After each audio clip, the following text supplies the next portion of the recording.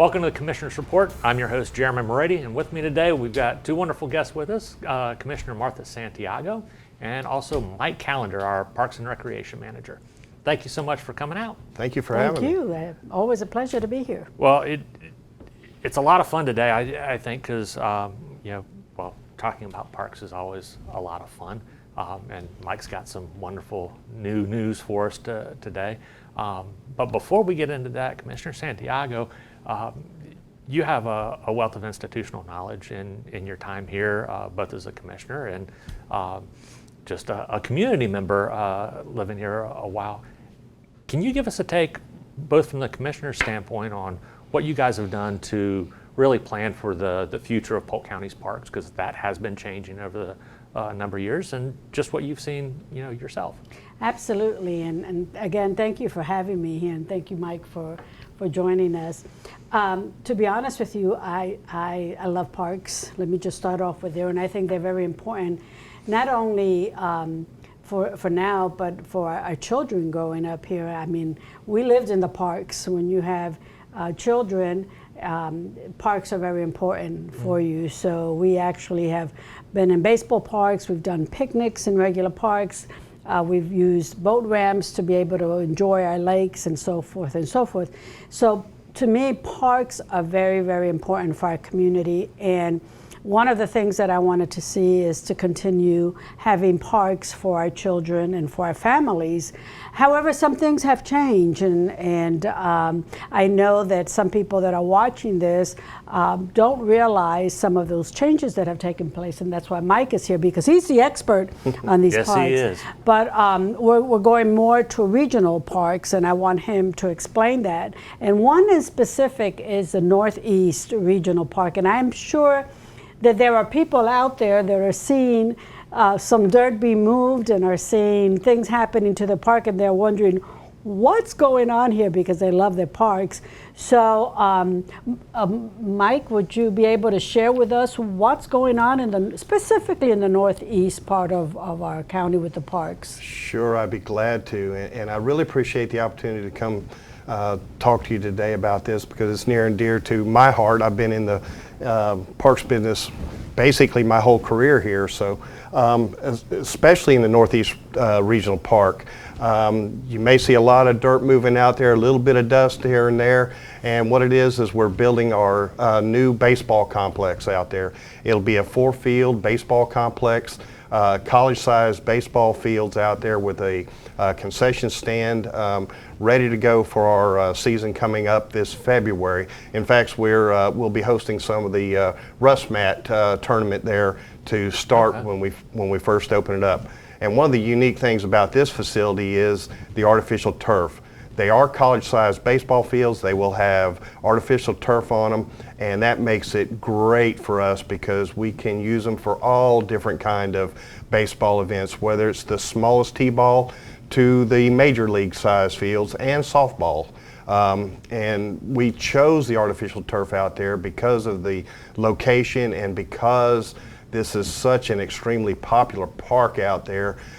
We couldn't grow grass. I'll be real honest with you. The amount of use that it would get and the demand for it would have been very difficult for us to grow grass out there and still provide the services that we have out there. So that's what we've got going on right now.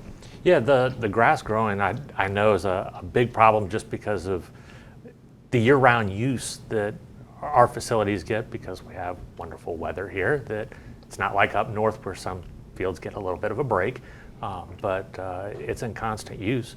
Now, also with that, I know all the construction going on, whatnot, big heavy equipment, big piles of dirt, all kinds of that going on. Is there anything that's closed off right now? You know, construction is always a challenge, and most of our larger parks, like Commissioner Santiago mentioned, we're going to the regional parks or the community-sized parks and all that. And a lot of times we have park facilities that we haven't built out, and so we build them in phases based on when the funding is available. And the commissioners have been excellent to support us over the years so that we can build these in phases. And that does create a challenge for us. Fortunately, in this particular situation, we were able to, originally we had a dog park in the area where the baseball fields were. It was never intended to be permanently there, but when we first opened up the park, we wanted to get the maximum use that we could out of the facility. But we knew the construction was coming, so prior to actually getting construction started, we actually relocated the dog park into the permanent place that it will be in the future. Now, there will be some closures. We're talking about a day or two here and there, intermittent type closures that may impact the patrons, and we try to do it during the week when it's less used. So realistically, the park is wide open and ready for use, and we shouldn't impact anybody very much during the construction phase. All right. You know, this park has been, well, it's Northeast is the fastest growing area in our county. So this park is really needed in our area and has, like you said, has had a lot of use. Thank you for taking care of the people that have dogs. I'm a dog owner also, so I know how important it is for them to have a specific place for their dog. So that's really wonderful that we take into consideration the citizens' needs and things like that. But I'm excited. I'm excited about the expansion and the changes and the updates of this park. I'm excited because that's going to serve a huge need in our Northeast area, because like I said, it's used a lot. But not only for the citizens, also for economic development, because like you said, we're going to have lots of college level students and teams and things like that play in here, which is very much needed. So I keep saying but my grandson plays baseball, so he's excited to see the changes. And the turf, what did you call it? The artificial turf. Artificial turf. That's money well invested, and I thank the county commissioners as a whole for investing in that, because I think that's real important to save money in the long run. Oh, absolutely. It saves in a lot of different areas. First of all, like I mentioned before, maintenance on a facility, especially in that type of environment that we have up there, which was an old orange grove. Some folks may remember as an orange grove, so it's all sand up on that hill.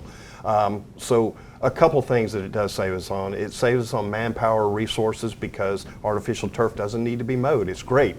You just show up and play. But the biggest thing that it does save us on is the water.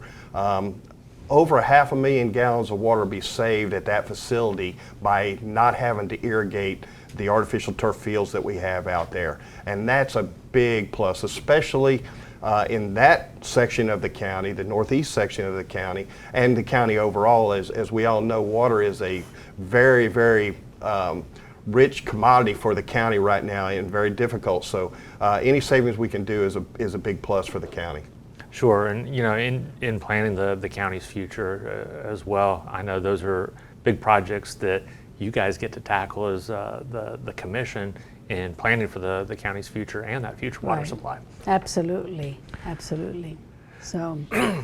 So, you know, we kind of touched a little bit on, you know, the regional park aspect of, you know, this particular park. Can you tell us about how that is a different step in planning for parks in general?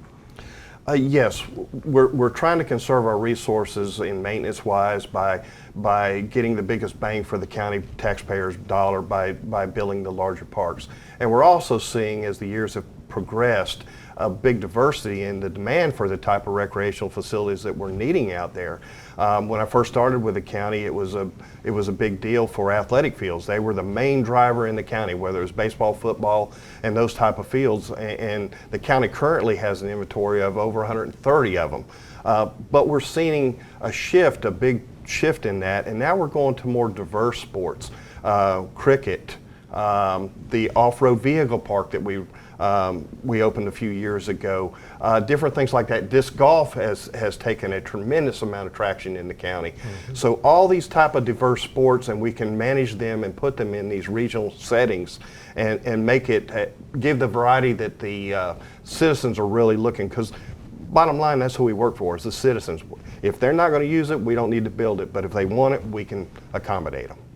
And it also has a walking path that people are Yes. requesting, because now it's not only just going for a picnic or for athletic thing, but it's just exercise, and, Sure. Yes. that's what our people need. So to be able to have that. Oh, and it was very evident during the COVID phase.